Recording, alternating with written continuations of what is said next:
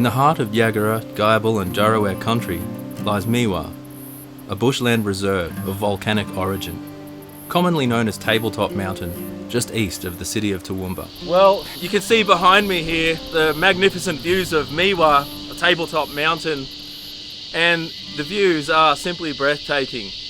You really do feel like you're standing on top of the world. But what many people don't know about what occurred in this region when European settlers came to colonise this area is the battle and the conflict and the bloodshed that occurred right where I'm standing, just underneath this area where I'm standing here. And the spur that leads from here towards Miwa is a place of conflict and bloodshed. It is the place of the Battle of One Tree Hill.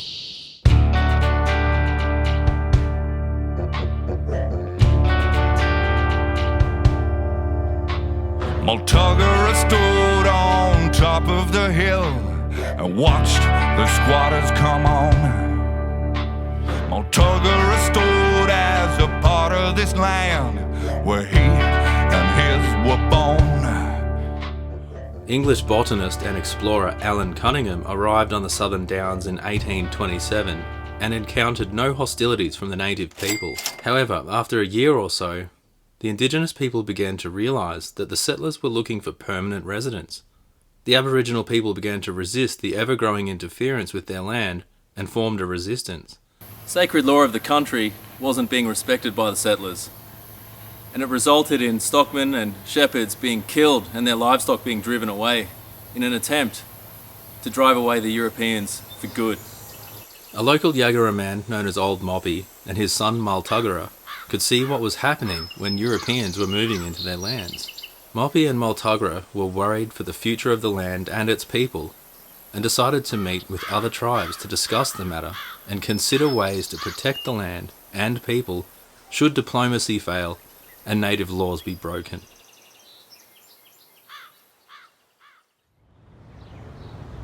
Before learning more about the Battle of One Tree Hill, I wanted to chat with some Indigenous artists about their views on Queensland history and how they create art as a way to tell the stories that matter to them. I visited the local art gallery to see if I could learn more, but what really stood out to me was this mural on the side of the building. I wanted to know more about what this meant, so I got in touch with the artist Kim Walmsley to ask about what this piece means. She said she wanted to create something that had a connection to the other Indigenous artworks in the area, and that she didn't want to depict pain and destruction, but create something beautiful and optimistic.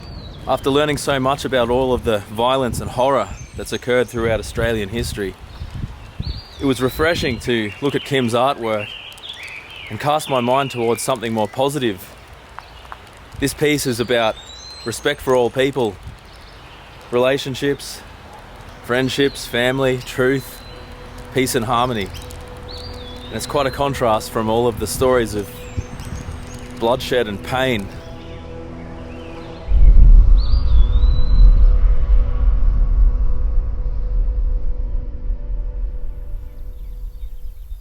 Miwa, or Tabletop Mountain, was a place that was central to major incidents between squatters and natives in early Queensland history.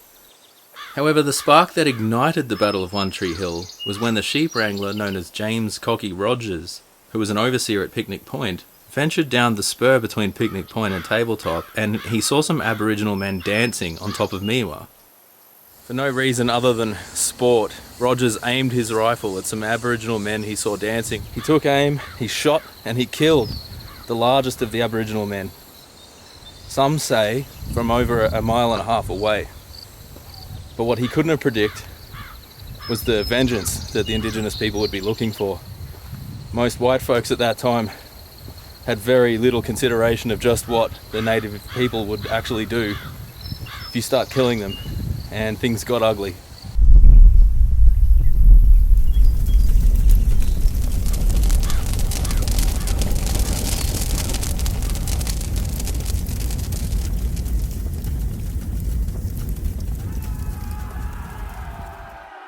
Enraged by the attacks from the squatters, the local Aboriginal tribes rallied together and formed an alliance with the intention of starving out the Europeans.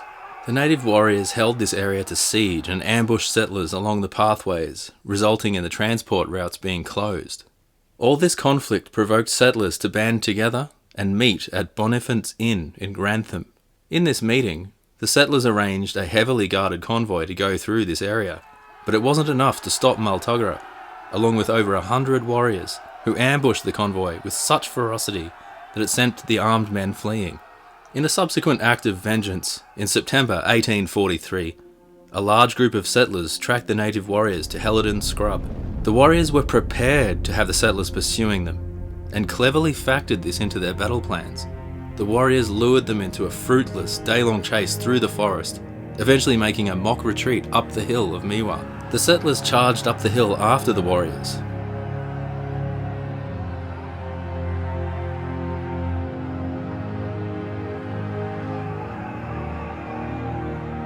This tactic proved extremely effective in repelling the settlers, as the barrage caused severe injuries and deaths among the attackers, causing a full-scale retreat. In the book, The Battle of One Tree Hill, by Ray Kirchhoff and Frank Ewer, the landscape of Miwa is described as featuring many tactical advantages. The authors state that the grassy flat top can hold thousands of people, the soil is soft enough for camping, and the hill provides optimum views over everything beneath. Additionally, the steep slopes of loose rocks impede walking and provides a huge quantity of ready ammunition. Over time, the settlers continued with their efforts to raise support in fighting the native warriors.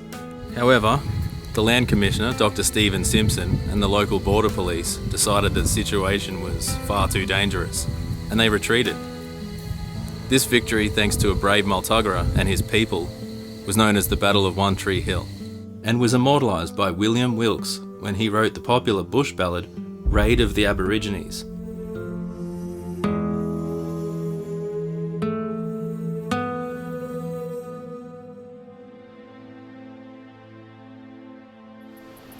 Continuing on my quest to reach out to local artists to discuss their views on Multuggerah and the Battle of One Tree Hill, I wanted to chat with Toowoomba-based rock band Project 62 about their cover of the Kev and Paul Carmody song titled Multuggerah, and find out why they covered this song and what it means to them. I caught up with lead singer Jason Lawler and guitarist Mark Chalmers to find out more. Being mates with Paul Carmody for a long time now, he's doing incredible stuff with the young ones. And those yarns that were written about and talked about, condensed into songs, Carmo wrote it and said, look, if you want to do something with it, do something with it. People need to know that it wasn't just white fellas walked in here and took the place. They met resistance.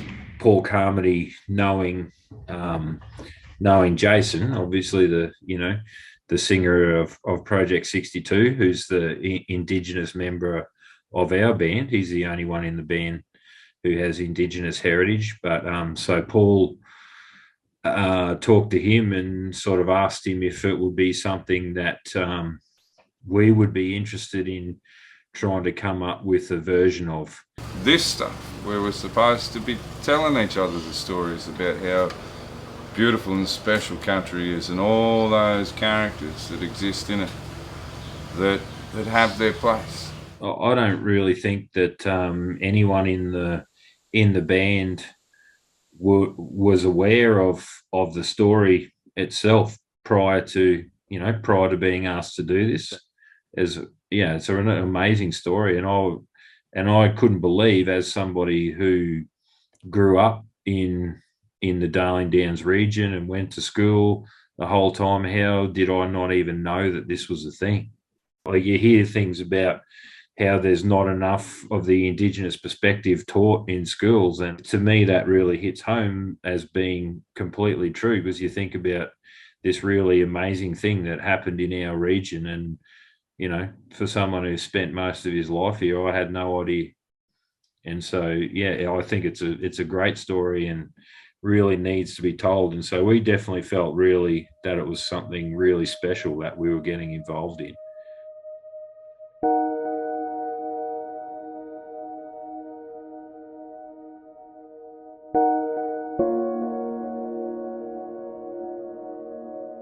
Multuggerah famously continued his raids on drays and properties. However, in 1849, a native police force was introduced and proceeded to decimate the remainder of the Indigenous resistance. About 40 or so Europeans perished and hundreds of Indigenous people in the decade-long war. With all the bloodshed and conflict that occurred here over such a long period of time, you can't help but to wonder, what if things had been different? What if all European settlers had shown respect for the native law of country? The first people here believed that we all have an obligation to the land, the air, and the water. They believe that people don't own land, rather the land owns its people.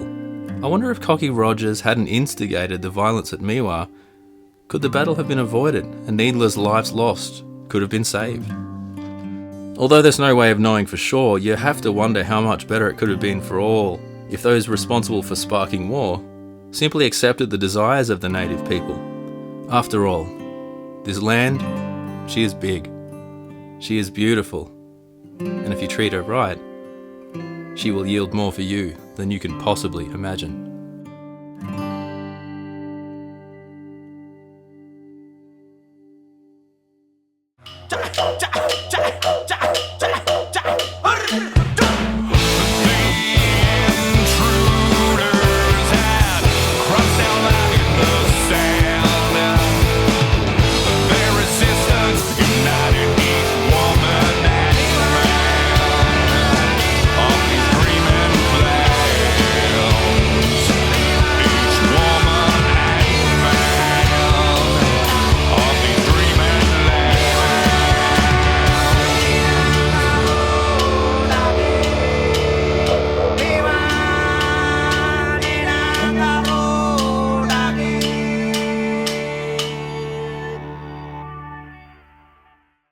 Imagine that way of life where you weren't thinking about where am I getting this from, where am I getting that from.